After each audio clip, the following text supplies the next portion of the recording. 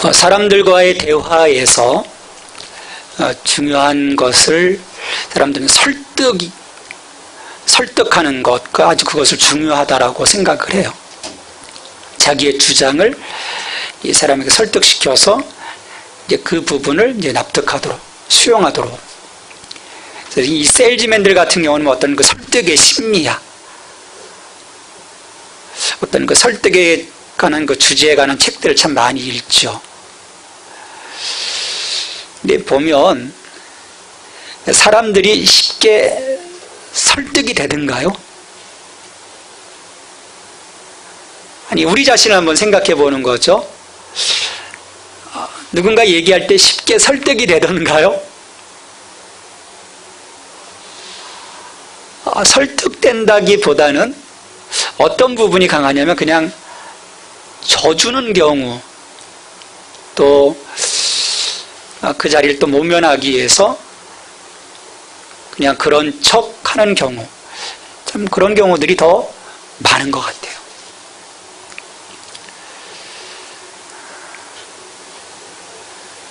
그러니까 이 성경의 진리에 대한 그 말씀을 들을 때도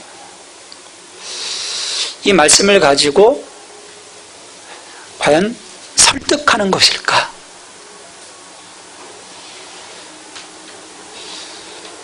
근데 구조를 보면요, 그렇지 않은 것을 좀 볼 수 있어요. 복음 앞에 선 우리들의 어떤 그 모습은 내가 설득된다는 것이 아니라 그 말씀을 통한 급격한 변화가 아닌가, 그렇게 보게 돼요. 나는 이해할 수 없는데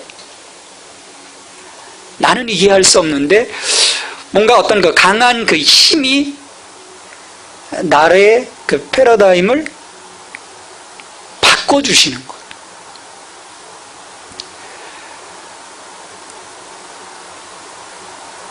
많은 사람들이 어떤 그 복음의 이해에 이르려고 하다가 자신의 어떤 지성과 지식을 통해서 어떤 그 이해 차원으로 나가려고 하다가 끝끝내 예수 그리스도를 인격적으로 만나지 못하는 경우들이 참 많습니다.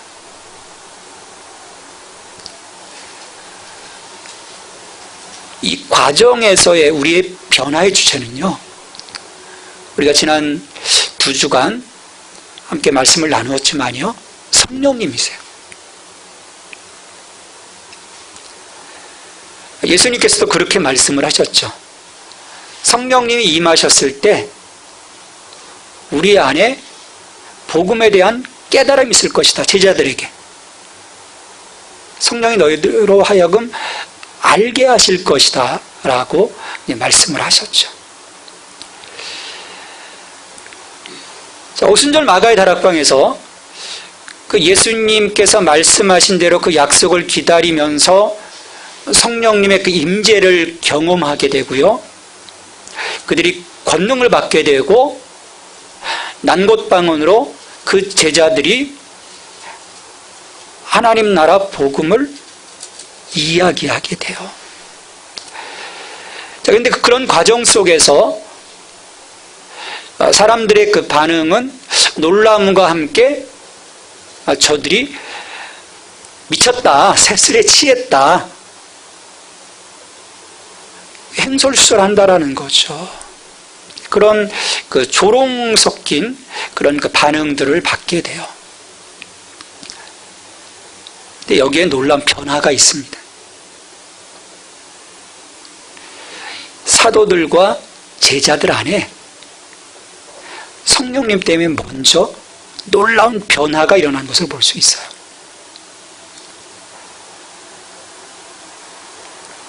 사람들의 그 반응에, 어떤 조롱 섞인 반응에 접한 사도 베드로가 14절의 말씀에서 15절의 그 말씀에서 보면, 그렇지 아니하다, 너희들 내 말을 들어봐라, 내 말에 귀를 기울여 봐라, 그들에게 벌어진 그 상황들을 담대하게 전하는 것을 좀 보게 돼요. 여러분, 이 베드로가 한 2달 전까지만 해도 어떤 자였었습니까? 예수님이 잡혀갔을 때 대제사장의 집까지 쫓아가잖아요. 쫓아갔을 때 사람들이 너 혹시 예수를 따르는 자가 아니었냐라고 했을 때 부정하고 도망쳤던 자예요. 사람들을 무서워했던 자입니다. 말할 수 없었던 자예요. 내가 그로다. 내 주가 바로 예수 그리스도다. 말할 수 없었던 그런 자예요.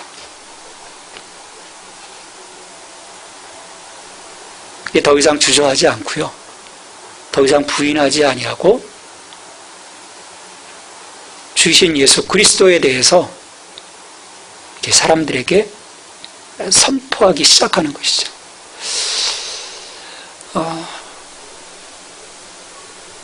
이 사도행전을 보면 어떤 그 말씀의 증언에 대한 부분이 어떤 그 패턴이 있어요. 예수 그리스도의 십자가와 부활과 승천입니다. 이 캐리그마의 그 내용인 거예요. 복음이신 예수 그리스도를 이들에게 명확하게 전파하게 되는 것이죠. 성령이 오늘 우리에게 임하시면요, 우리 안에 복음에 대한 명료함이 생기는 거예요. 주이신 예수 그리스도가 내게 어떤 분이신지, 하나님이 예수 그리스도 안에서 무엇을 이루어 가시고자 하시는지에 대한 명료함이, 그 확신이 우리 가운데 자리 잡게 되는 것입니다.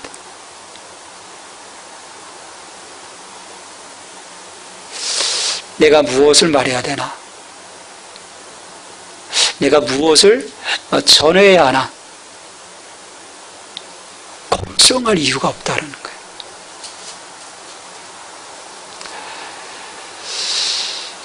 거예요. 우리 안에 좀 그런 부담감이 있어요. 어떻게 이 예수 그리스도를 사람들에게 이야기하고 저들을 설득시켜서 이 자리로 내가 데려올 수 있을까? 이렇게 전도훈련 하다 보면요, 참 사람들이 많이 고민을 해요.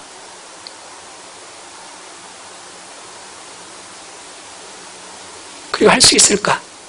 어떤 시뮬레이션을 합니다. 내가 가서 이렇게 얘기했을 때 저 사람의 반응이 어떨까? 정말 이걸 듣고 올까? 아니면 노할까? 막 걱정하다가 이제 멈추게 되고 그래요. 존 러스킨이 그런 이야기를 했어요. 우리 마음 가운데 정말 진리가 있다면,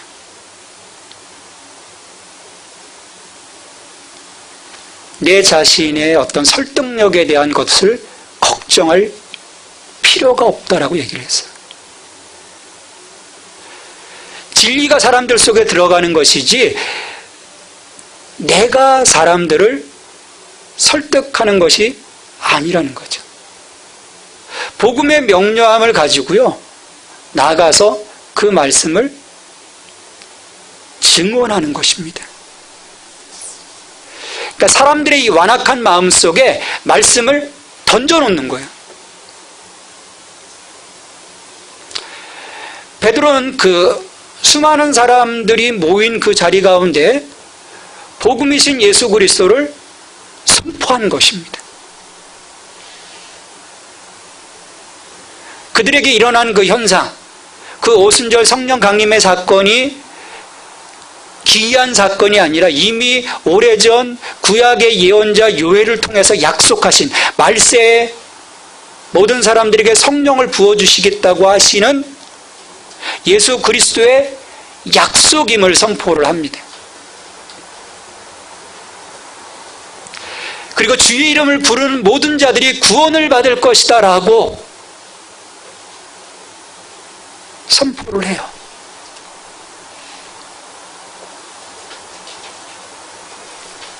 하나님께서 예수 그리스도 안에서 능력을 나타내셨고, 하지만 너희들의 손에 의해서 예수 그리스도가 십자가에 못 박히셨다. 그러나 하나님께서 그를 죽음 가운데 두시지 아니하셨고 부활하셨고, 이제 하나님 보좌 우편에 오르사 하나님께서 그로 하여금 주와 그리스도가 되게 하셨다. 얼마나 뜨끔하겠어요.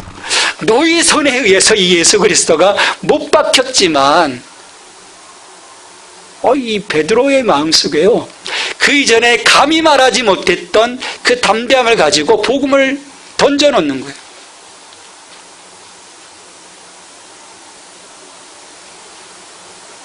여러분, 이때 사람들의 마음속에서요, 이 복음이 역사하는 것입니다.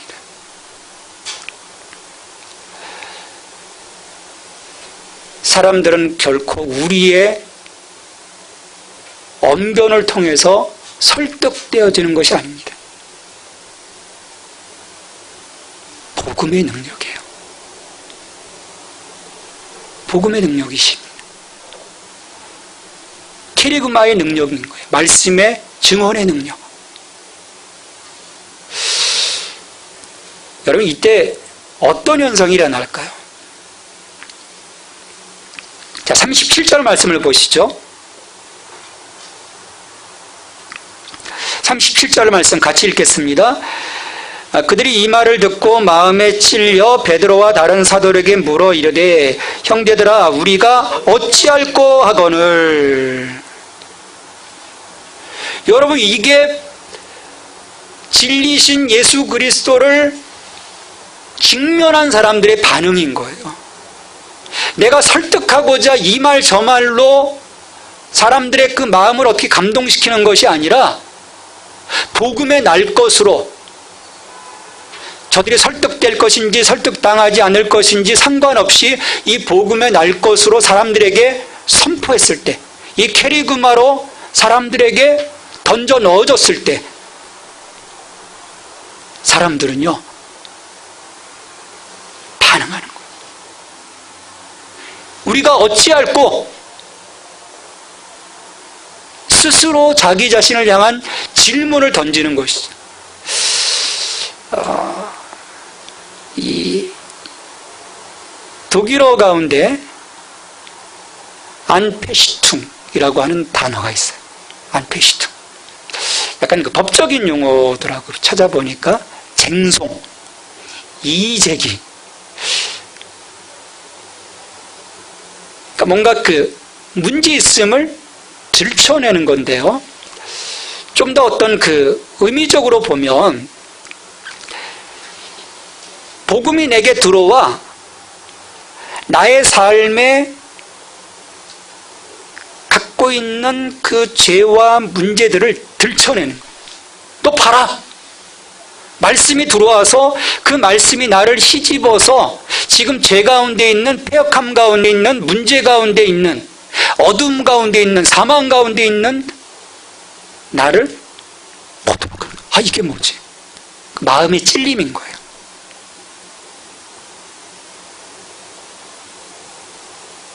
마음의 뜨끔함입니다.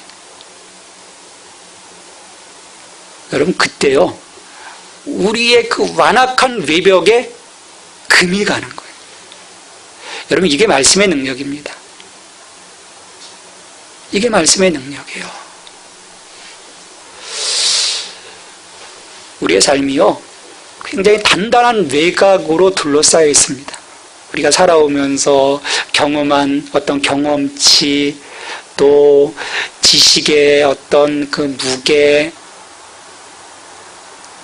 또 우리 안에 있는 소위 똥꼬지, 이런 것들이 뭉치고 뭉쳐서요 단단한 거예요. 그때 내가 하나님의 그 말씀 앞에 섰을 때 안페시퉁 찔러내는 거예요. 성부처럼 마음을 후비고 들어와서 소위 쟁송할 때 그 파장 때문에 자기 자신을 보게 되는 거예요. 여러분 안에 이런 그 안페시퉁의 경험이 있길 바랍니다.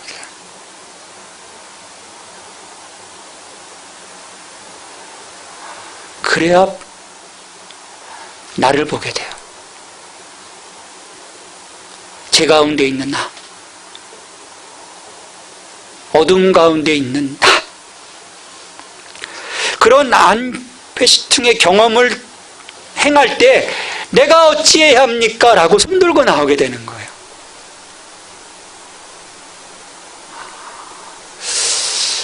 우리 한국의 영적인 그 대각성 운동이 일어난 때가 1907년입니다.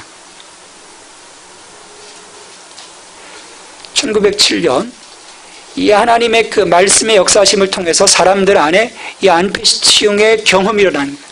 그래서 자기의 죄를 고백하기 시작해요. 선교사가 죄를 고백하게 되고 목사들이 죄를 고백하게 되고 그와 함께 온 회중들이 죄를 고백하면서요 성령님의 역사하심을 경험하게 됩니다. 자, 사람들이 이 베드로의 그 복음, 예수 그리스도의 십자가와 부활과 승천, 그를 통해서 우리의 주와 그리스도가 되셨음을, 그리고 그와 같은 주의 이름을 부르는 자가 구원을 받을 것이라고 하는 그 복음을 듣고 이 안페시퉁의 경험을 통해서 어찌해야 합니까? 어찌해야 합니까? 손 들고 나왔을 때요 베드로가 길을 제시합니다. 38절 말씀입니다. 너희가 회개하여 각각 예수 그리스도의 이름으로 세례를 받고 죄 사함을 받으라. 너희가 회개하여 예수 그리스도의 이름으로 세례를 받고 죄 사함을 받으라.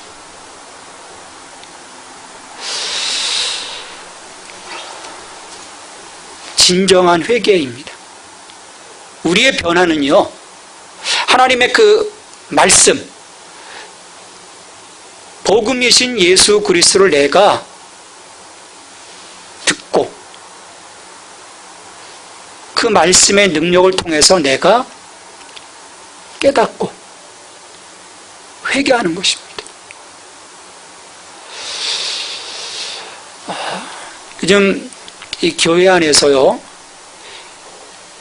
이 죄에 대한 부분이 굉장히 미약해졌어요.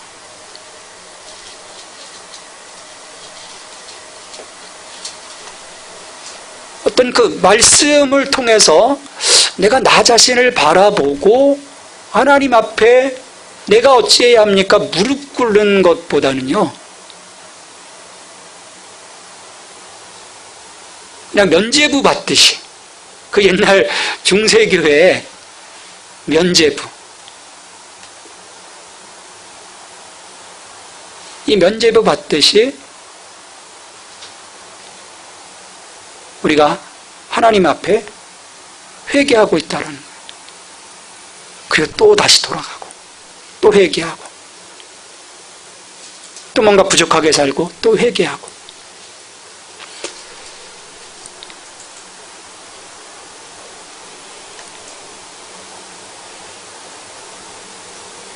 그러다가 점점 더 우리 스스로 양심의 화인을 맞게 되고요. 이제는 하나님 그냥 자연스럽게 넘어가게 돼요. 자연스럽게.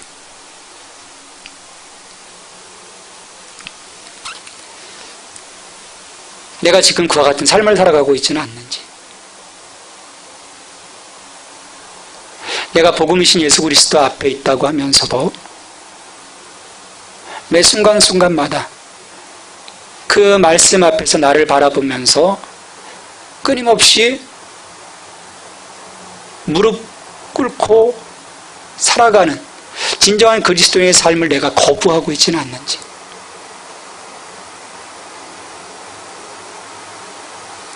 그러면요, 우리 안에 그 어떤 변화도 없습니다. 내 의지가, 내 고집이, 내 옛사람의 그 자아가 그것들을 거부할 때요, 우리 안에는 그 어떤 변화도 일어날 수가 없어요. 베드로는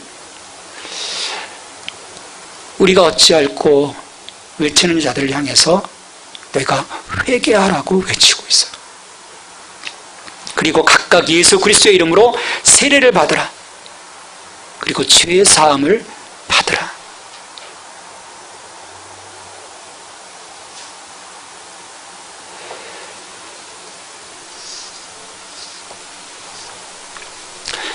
우리가 회개의 자리에 섰을 때요, 그리고 예수 그리스도의 이름으로 세례를 받을 때 주께서 우리에게 성령을 허락하시고요, 그 성령이 내 내면을 장악하시고 그 성령님을 통해서 우리의 삶이 이제 제자로서의 삶을 살게 되는 것입니다.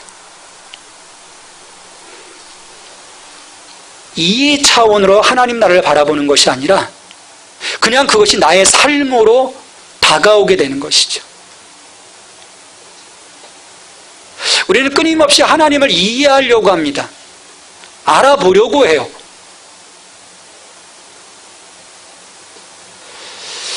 하지만 하나님은 그렇게 만나는 것이 아닙니다. 저도 지금까지 끊임없이 책을 보고 연구하고 또 연구해 왔지만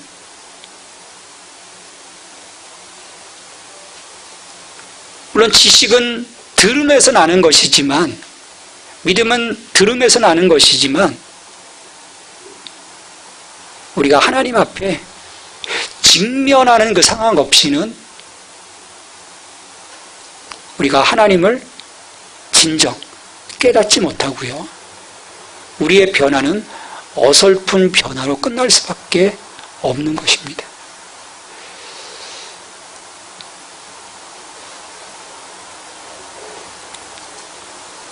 회개와 세례와 성령님의 그 역사심 속에서 우리가 주를 보아야 하는 것입니다. 거기서 내 삶에 원초적인 변화가 일어나게 돼요.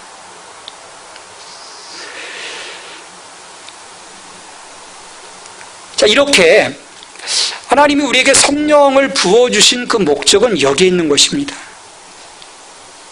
말씀의 증언으로 복음이신 예수 그리스도를 내가 선포함으로, 그리고 그 말씀의 선포함을 통해서 그들 속에서 안패시충의 경험이 일어나 그들이 내가 어찌해야 합니까?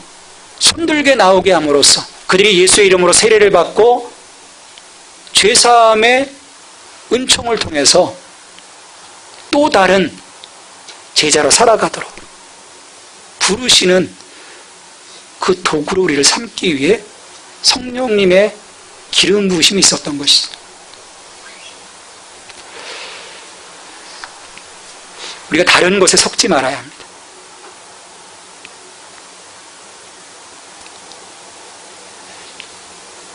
이 작은 구원에 우리가 속지 말아야 돼요.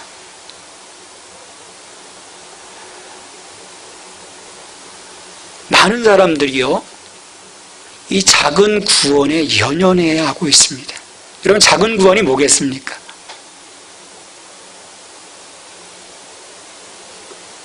예수 믿고 잘 되는 것입니다. 예수 믿고 복 받는 것입니다.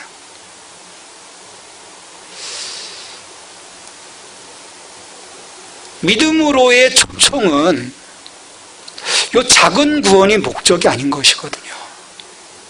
우리 구약의 말씀을 가만히 읽어보아도 그것은 내가 하나님 편에 온전히 섰을 때 자연스럽게 우리에게 주시는 그 선물이지, 그것이 부르심의 목적이 아니라는 거예요. 근데 참 우리의 마음은요, 자꾸 이 작은 것에 가 있는 거예요. 작은 것에. 정말 큰 구원, 우리의 삶을 새롭게 하시고 이 땅의 가치를 다르게 하사 다른 차원의 삶을 살아가게 하시는 그 복음이신 예수 그리스도, 이 부분을 우리가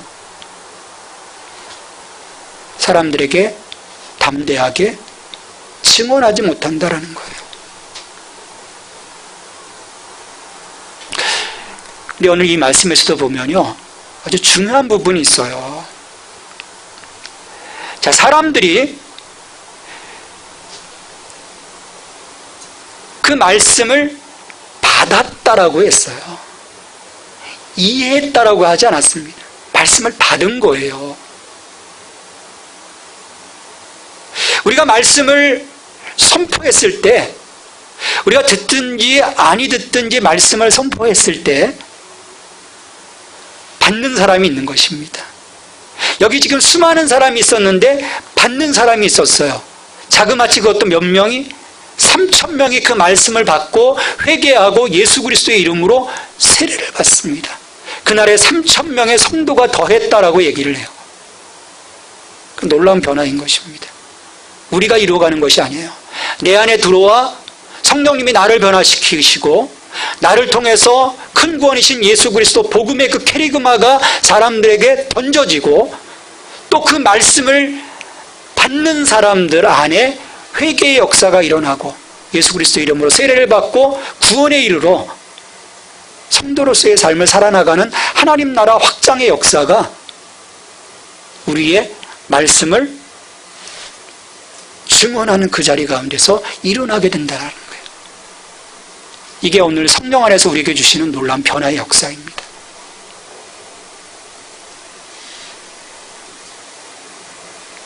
우리가 속지 말아야 돼요. 우리가 무엇을 바라보고 살아가야 할 것인지, 내가 무엇의 증인이 되어야 할 것인지,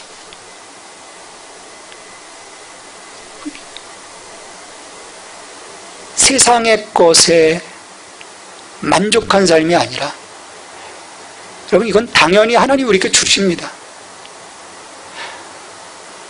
하나님이 심지어 시험해보라고 하셨어요. 내가 너에게 부어주나 안 부어주나. 우리에게 두 갈래 길을 분명하게 선포해 주셨습니다. 너희가 내 말을 듣고 지켜 행하면 너희가 들어가도 복을 받고 나가도 복을 받을 것이다. 지켜 행하지 않으면 하나님의 심판 가운데 거할 것이다. 하나님 분명하게 약속하신 거거든요.